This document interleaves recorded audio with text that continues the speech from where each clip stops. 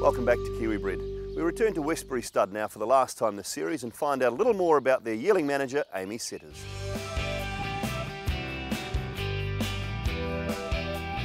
Well, Amy, you first came to Westbury Stud 4.5 years ago. Was there always an interest in horses in your life? Yeah, I had horses since I was a little top. Always used to ride them. I sort of got into being interested in the racing industry when I was about 12, 13. I used to sit on my floor and watch every single race, write down every single horse that ran and what it placed, and I was really good at picking them when I was a kid. Overanalyse it now, I can't do it, but... What about, I mean, as you talk about kid, was there riding involved as well? Any equestrian or anything like that? Yeah, I used to do pony club and your 3-day events and just little things like that, nothing major, but just a pastime hobby. All my family all ride, so just sort of one thing that if your family does it, it gets drilled into you. So why the change to horses and to Westbury Stud? I understand you were potting plants or something before you came here? I was, yeah, a bit of a difference in things. That was basically just a job. Like, I've always had the horses in the back of my head, but I wasn't sure what kind of career I was looking for, and so the plants were just something to keep me going. And then every time an opportunity came up for a horse job, I would think about it, and then when the one for Westbury Stud came up, it just seemed a really perfect opportunity. Being a yearling prep job, it's the ideal way to sort of come into the industry. When you first came here, how much knowledge of the breeding industry did you have? I had absolutely nothing of the breeding industry. I did about a year of riding racehorses, and that was about my only thing I knew about racehorses. I came here, I never handled young stock, I'd never worked with yearlings before, so I was very green. Did you realise the size and the magnitude of the racing and the breeding industry in New Zealand at an early age, or has it surprised you?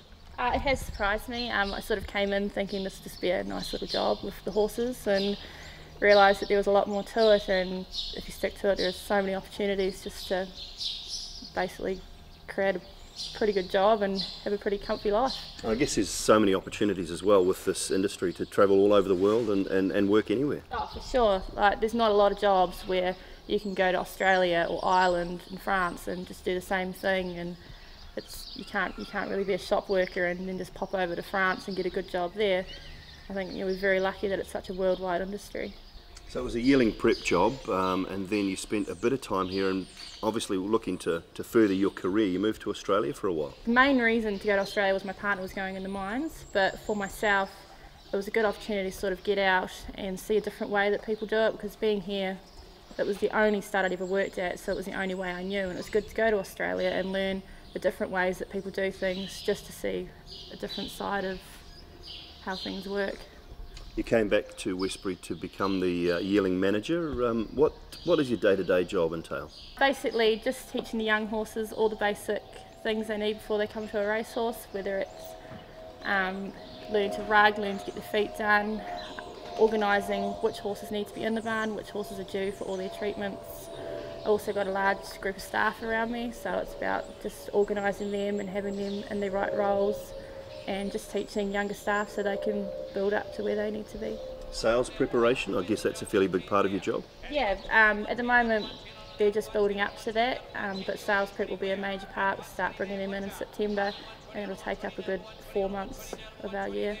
So that's how long it takes for to get a horse ready for the sales? You're talking about 4 months. Is that to teach them to parade well, all those things? Yeah, there's a large chunk, like all up you would say it probably takes 6 months, because we're doing the early stuff now where they're learning the real basic leading, but when we get into the real nitty gritty it's 4 months of leading, grooming on the walker, and just basically learning how to be a mini racehorse. It's a fairly short rise for you in 4.5 years to be a yearling manager at one of New Zealand's top studs. How do you feel about that? Oh, I think I'm very lucky. It's just a time thing. It just happened to come up at the right time.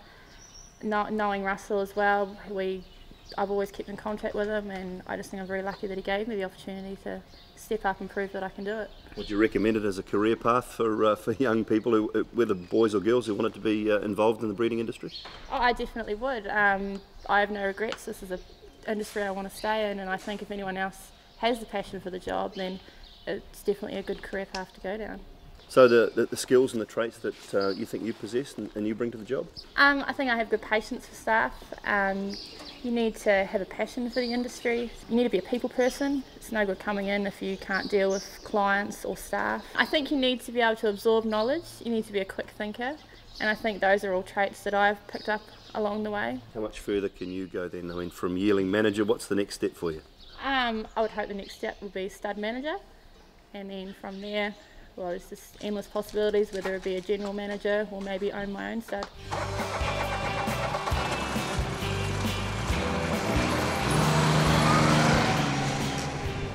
We wish Amy all the best as she looks forward to the Karaka yearling sales in 2013. Now it's time to head across the Tasman with New Zealand Bloodstock's Richard Haynes in Kiwi Bred Abroad. Hello and welcome to Kiwi Bred Abroad, brought to you by the Singapore Turf Club, racing on Fridays and Sundays. Now, speaking of Kiwi Breds, we are joined by a lady who has had a lot of Kiwi Breds through her stables over the years. I speak of Gai Waterhouse. Gai is good enough to join us. Gai, would I be right in saying we go back to Te Akau Nick or before with your Kiwi association and the good horses? Well, since I've been training Richard, which is 20 years, Te Akau Nick's it. And he came to me via my father. David Ellis from New Zealand said to TJ, you better train this horse. I think he's a really top-class stayer. And TJ very sweetly said, no, my daughter should train it. She's a far better trainer than I. Well, of course, I hadn't trained anything in those days. I was assistant to Dad. So that was my first major horse and, of course, my first Group 1. And it went from there, Gai. I'd imagine a horse like Te Akau Nick makes you realise that these are pretty tough, sound, good horses. Oh, they're wonderful. Look, I love training stayers. I said to someone just a moment ago, we were talking about stayers, they're an interesting horse to train. There's so many different facets to them, so many different levels. Te Akau Nick was wonderful. Stony Bay was another great horse. We took him to Japan. It was the same year as Danewin was in Japan, quite a few years ago. Tough, durable. When you go up to try to beat them, they say, get out of my way. I'm going to win the race. And, the lovely thing is when you get the 1,600 metres plus, that wonderful suffix, NZ, just comes into its own. How did a filly or mare like Coco Cabana come to you? Well, Rob found her. My husband does the form, and he said there's a very nice mare you should be looking to buy. And I had some owners that were loved mares, loved fillies, and they were the Chloruses, and they bought her. And she was just fantastic. And once again, sometimes they're not the prettiest horses. Sometimes they can be quite plain. But, people say to me, oh, what's it by? I say, teacup out of saucer. Don't worry what it's by. As long as it's got NZ behind it, that's all you need to look for when you're buying a stayer, because they're literally a very special breed. And you've always had a good one in the stable. In more recent times, we talk about a horse called Desperado, and when you can go and win a Caulfield Cup for the owners, it's nice, isn't it?